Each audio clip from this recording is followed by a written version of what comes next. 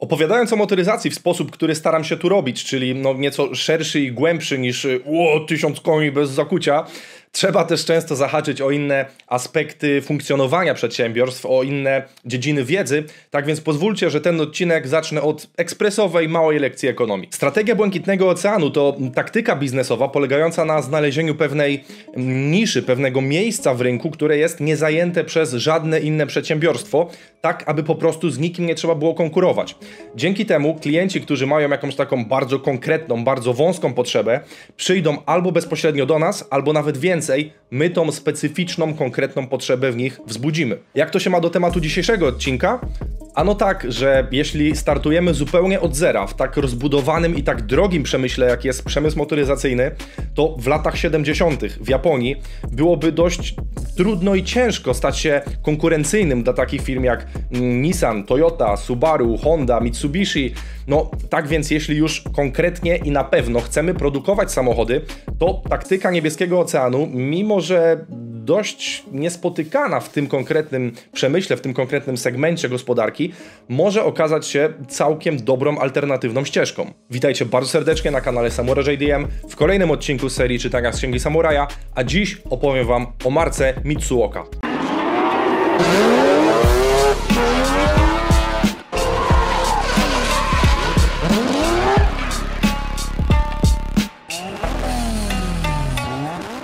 Mitsuoka to marka, której historia rozpoczyna się w 1968 roku, kiedy to japoński przedsiębiorca Susumu Mitsuoka zarejestrował swoją działalność. Firma Mitsuoka początkowo zajmowała się, można powiedzieć, lakiernictwem, blacharstwem czy renowacją pojazdów.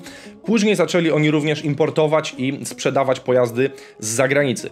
Ten drugi model biznesowy dystrybuowany był za pomocą sieci sklepów nazwanej Bubu i przyjął się na tyle dobrze, że w roku 79-80 te sklepy były już właściwie w każdym japońskim większym mieście. Mitsuoka od samego początku miał ambicję tworzenia czegoś innego, czegoś w pewien sposób unikatowego.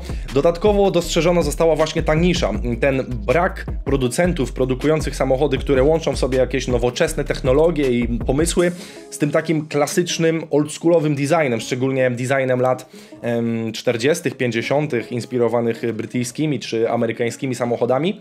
No a dodatkowo ten kierunek i ten pomysł został potwierdzony tym, że ludzie bardzo chętnie kupowali te importowane samochody. Pierwszym autorskim modelem Mitsuoki był model Bubu Shuttle lub Bubu 50, Bubu 501, który zadebiutował w 1982 roku. Było to malutkie auto napędzane silnikiem o pojemności 50 cm3, którym można było poruszać się mając prawo jazdy na motorowe.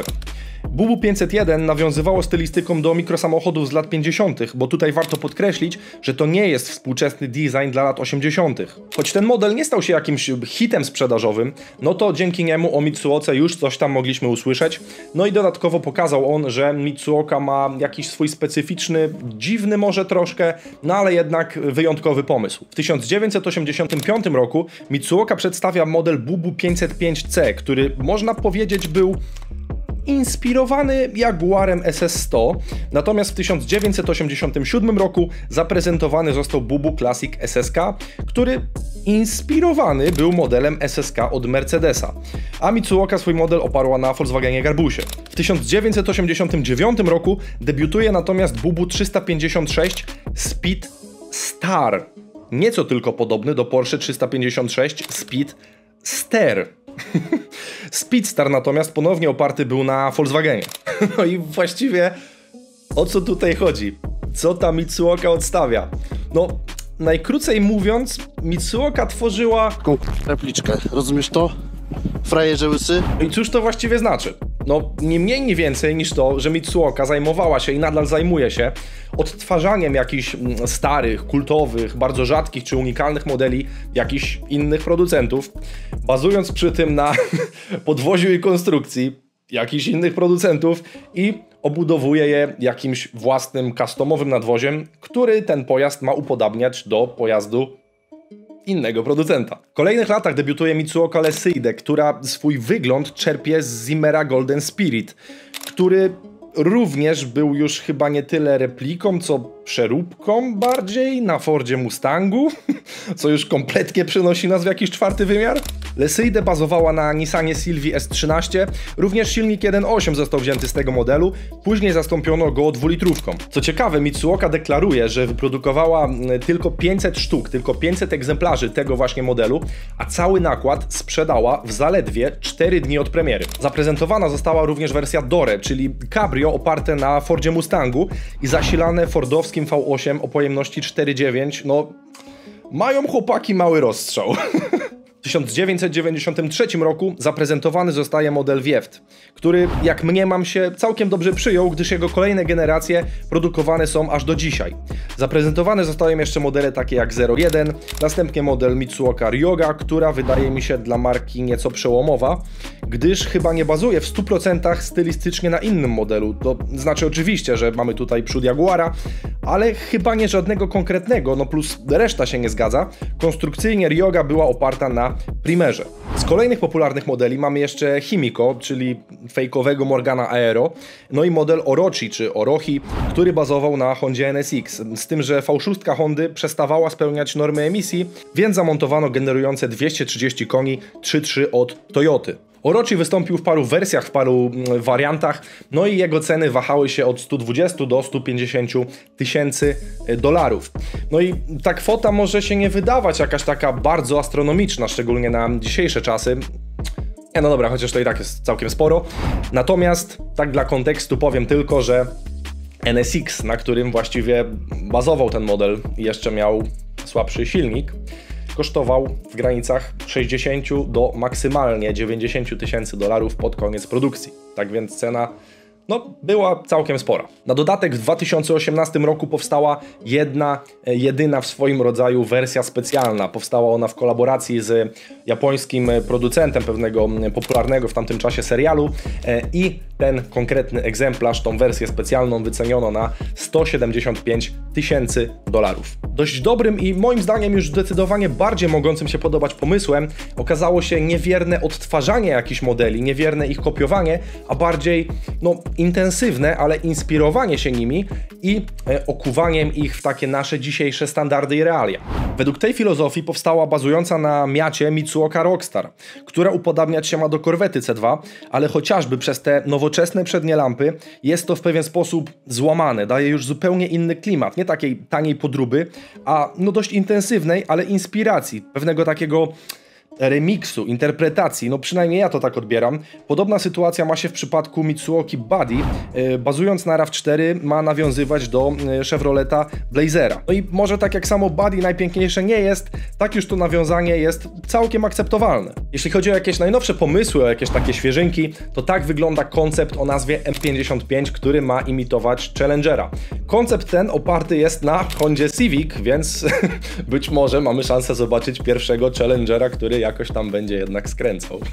Przechodząc do krótkiego podsumowania. Od 1981 roku Mitsuoka według japońskiego prawa to po prostu producent samochodów.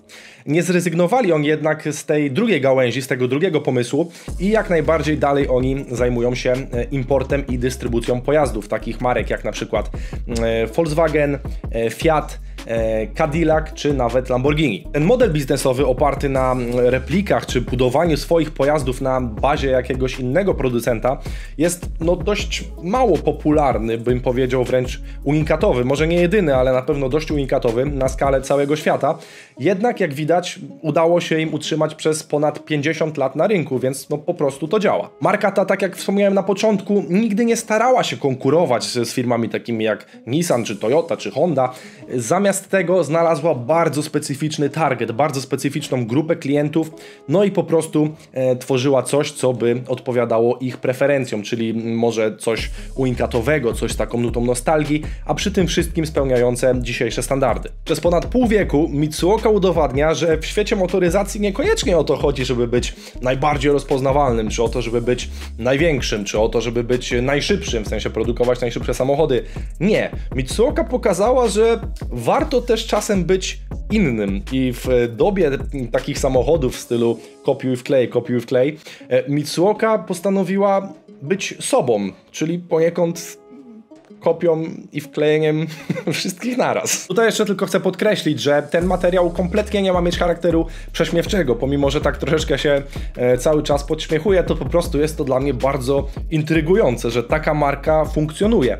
W komentarzu dajcie znać, czy znaliście Mitsuokę, czy wiedzieliście, czym oni się dokładnie zajmują, no i jaki jest wasz odbiór tych modeli, tych pojazdów, bo ja muszę przyznać, że szczególnie jeśli chodzi o te wierne repliki, mam dość mieszane uczucia. I to dosłownie mieszane, nie że gdzieś po środku, tylko są mieszane. No bo z jednej strony, no to są pojazdy, na przykład jak to Porsche, którymi już no nie da się praktycznie dzisiaj jeździć.